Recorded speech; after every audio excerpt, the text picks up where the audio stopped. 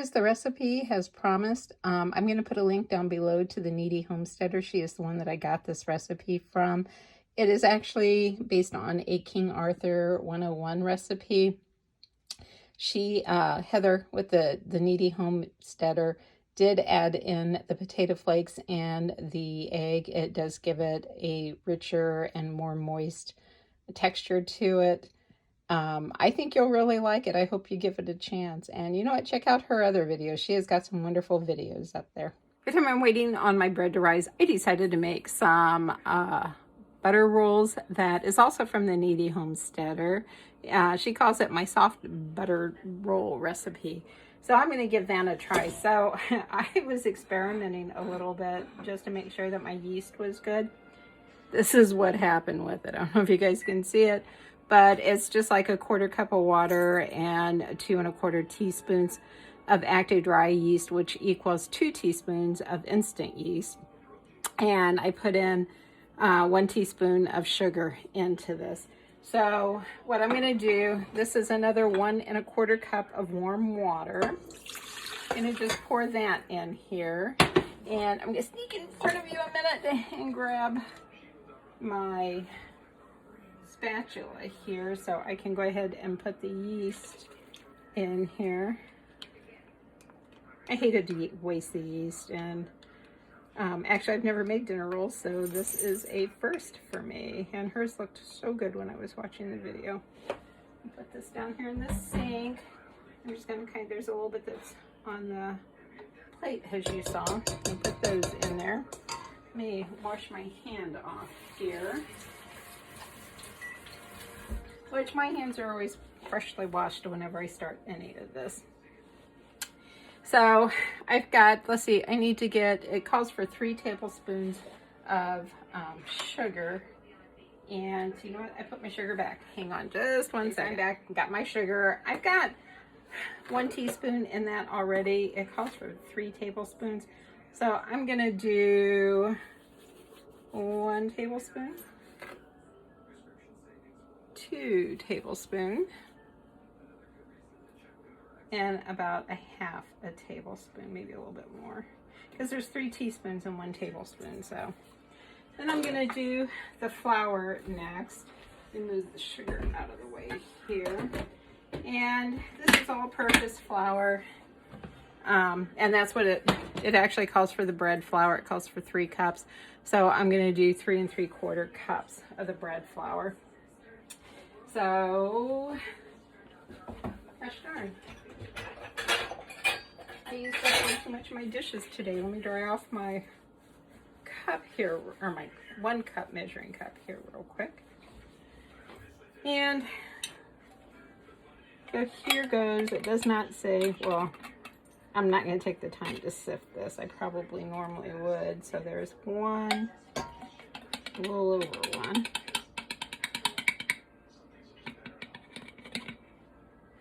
2.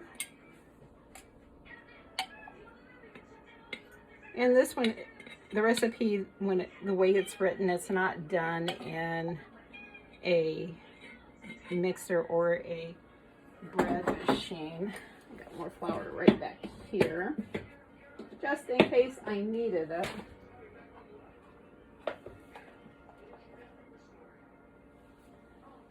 Three.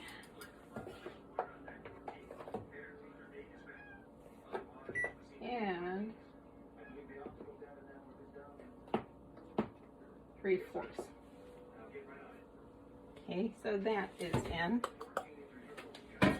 And then we are going to put in 1/4 cup of dry milk, which is right here. I'm going to sprinkle that. And then it calls for potato flakes. And yeah, I'll show you my can. I just think this is like the neatest can. It says Idahoan mashed potatoes. This was actually my mom's, and it actually came with mashed potatoes in it. And she just kept it and kept refilling it. And she brought it whenever she moved in with me, and I've just kept it too. Part of it's sentimental reasons. Another reason is it seals really good. Let me put this back here away. And then 4 tablespoons soft butter. I actually have it up here in the microwave once again.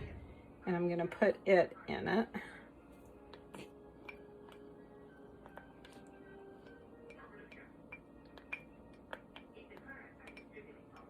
Get it here. And good butteriness. And then 1 1/4 teaspoons of salt. So let me grab my salt over here. And this is a 1/2 teaspoon.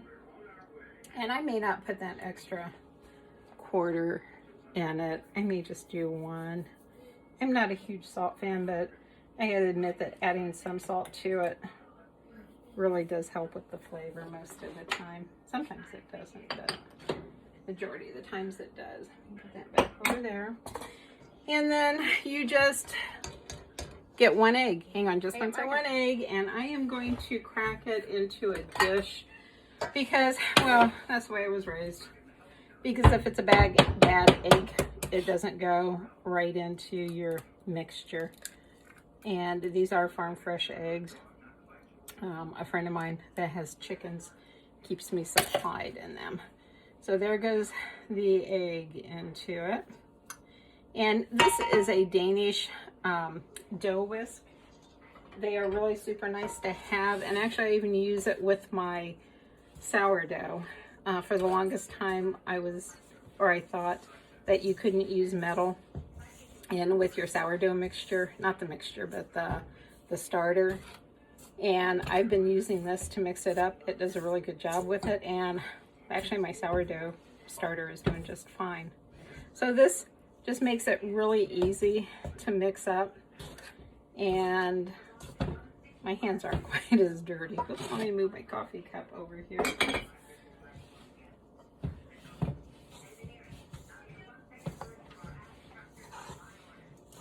Get this mixed up, and then I'll flour my stove here. Get rid of my water cup. And then you knead it for about 5 to 7 minutes. You let it rise for an hour. And then you cut it and roll it into balls. And then you let those balls rise for 1 hour. Then it goes in 2. So you really have to kind of plan in advance for this. Okay, I think that's going to be good enough to come out onto a floured surface here. Get this off of here. I don't know if you guys can see what I'm doing. Just taking this off here.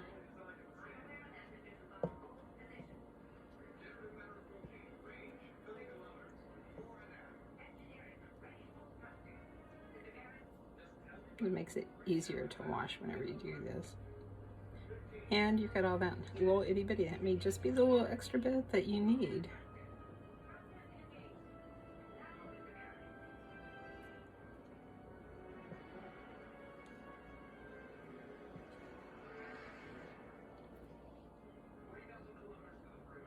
Okay, it's over here in the sink. Let me get some of the flour out. I was all set to put it away. I had it all closed up. So let me just sprinkle some here. And this was cleaned off whenever I started working with this. The stove was. Oops.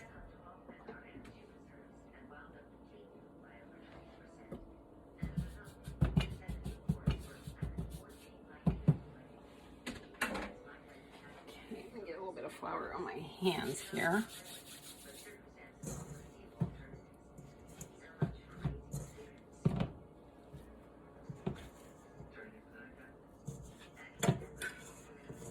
Okay, so whenever you knead, people have different ways of doing it, but for me, the best way is to bring it in and then push it, turn it, fold it, push it, and just keep doing that. And that gets it really well mixed up. You can resurface or redistribute the flour on here.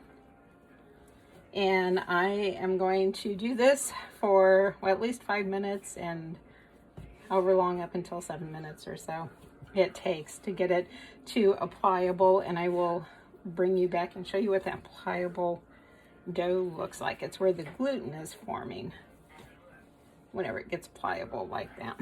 So I'll be back in just for just a second and show you here that this is really starting to form, because I'm doing this and I'm not really getting anything on my hands.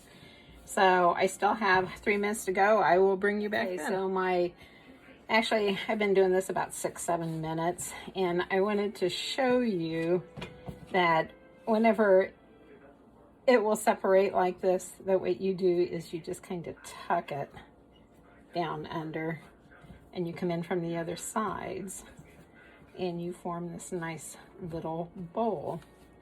And what I'm gonna do, see how nice that looks now? Not bad on the bottom either.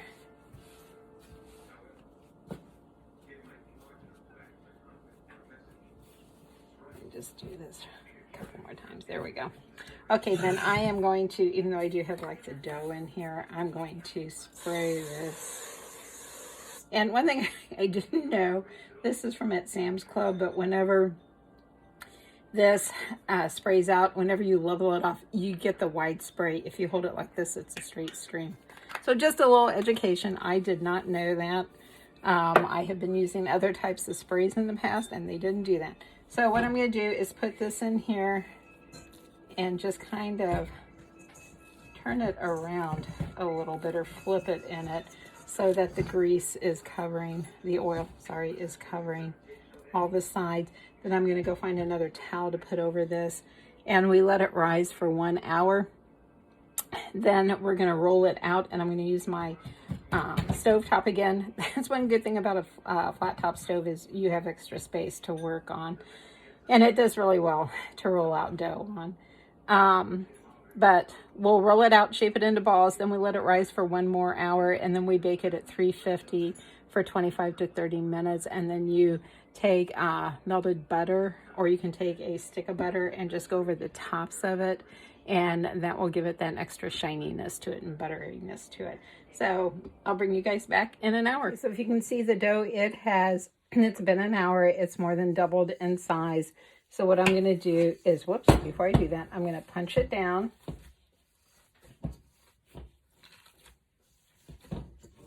Like that. And then we're going to roll it out.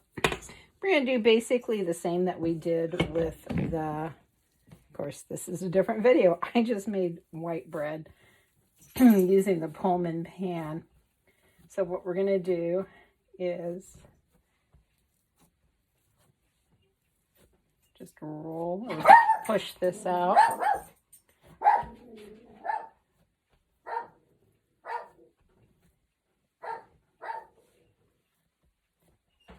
Just kind of make this kind of rectangular here.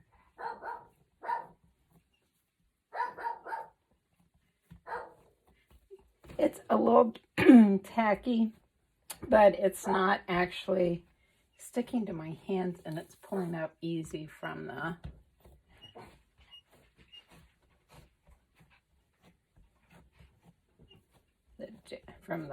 stove here.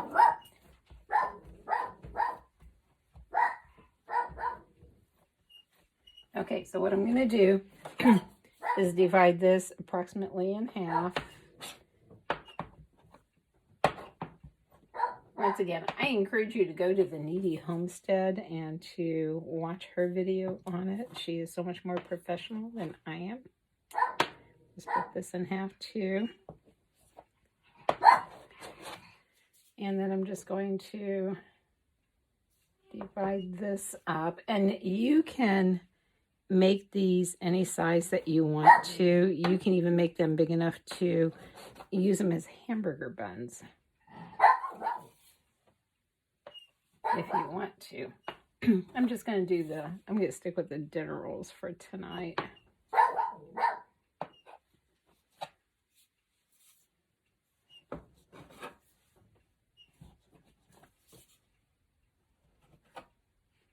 And some people, excuse me, kind of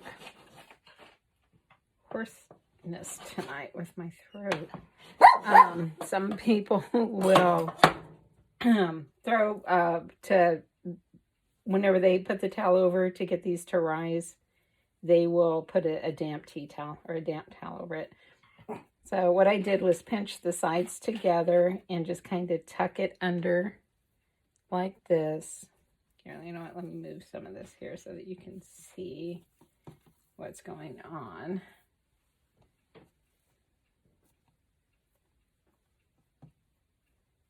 And then you just kind of roll it to really try and make a nice smooth ball with it. You can make big dinner rolls, small dinner rolls.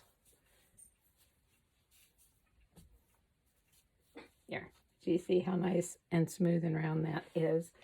So it's going to go over here on the parchment paper on my cookie sheet.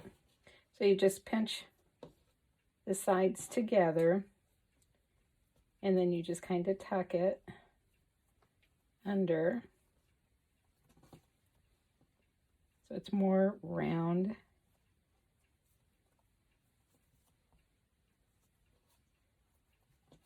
And you know, going back, I think I may have said that you don't use a mixer with this. You can use a mixer with a dough hook on it. Just put your ingredients in the order that they are in the recipe, and then you put it on low to get them to mix, and then you let the machine knead it for 5 to 7 minutes. Okay, so I hope you get the idea with this. I'll finish doing this one, and then I'll bring you back after I get them all done, and we're going to get them to rise. Just get this one done.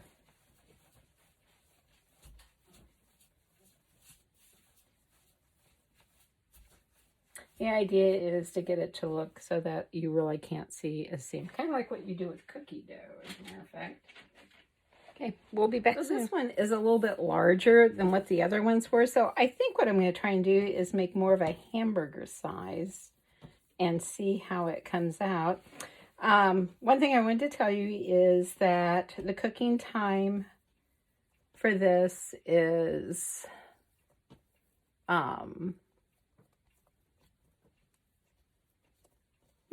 you know what? I've got the other recipe up. Let me take a look here. Okay, so this last piece was bigger than what the others were. So what I'm going to try and do is make a hamburger bun out of it and see how it turns out.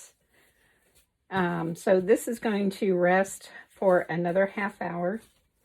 And my bread's almost done, so you may hear a beep in here. I'm just going to kind of smash it, and not smash it, but just kind of pat it a little bit. Give it some little love pats there. And one thing I did want to tell you before I forget it is this, and I have already mentioned that this recipe is off of the Needy Homesteader. It's Heather that does that. She says she's not a professional baker. I think she is a professional baker, especially compared to me. But that this is actually a King Arthur 101 white bread or roll recipe. Not white bread, but roll recipe. And she added in the potato flakes and the egg because it gives it more elasticity and more moisture. That's what the potato flakes do. And actually the eggs do too. So if you're looking at the King Arthur recipe, it's going to be the same except for those two things. So I'm going to get these covered up. We'll get the other bread out. You know what? Let me go ahead and take it out. I may have to put you on hold. Get the bread out. Then I've got another full cookie sheet of the rolls. Whoops, I don't want to take that into the oven with me. Let's bring this out. I'm going to close this up here a second. And we're just going to get maybe a little peek at it and see. Okay, it's not done yet. So I'm going to put it back in. This was the least amount of time for it. And actually, I think I said it was like 30 to 35 minutes. It's going to depend upon your stove, of course. But the actual cooking, according to the recipe, is 20 to 30 minutes on it. So I did the 20 minutes just to be on the safe side. because none of us want burnt bread. Look at my towel over there. I'm going to put this back in, get my dinner rolls covered up, and whenever I'm ready to take them out, I will bring you guys back real quick. One thing, I'm sorry, I'm reaching in front of you. I should already have this. One thing I'm going to do that she used avocado spray, or not avocado, she used olive oil spray for, is just to spray this so that it doesn't stick to the towel. And I'm going to dampen the towel this time for them to raise. So mine is actually baked for about 40 minutes at 350. I'm just going to slide the lid back and we'll check it. Oops. I'm going to slide the lid back and we'll just check it and see. You know, I think this could actually be left in there for a little bit longer.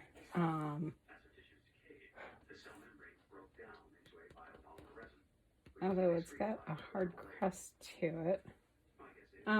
It certainly didn't rise up the way that it should have with it.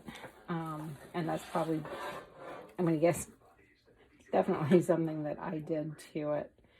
But I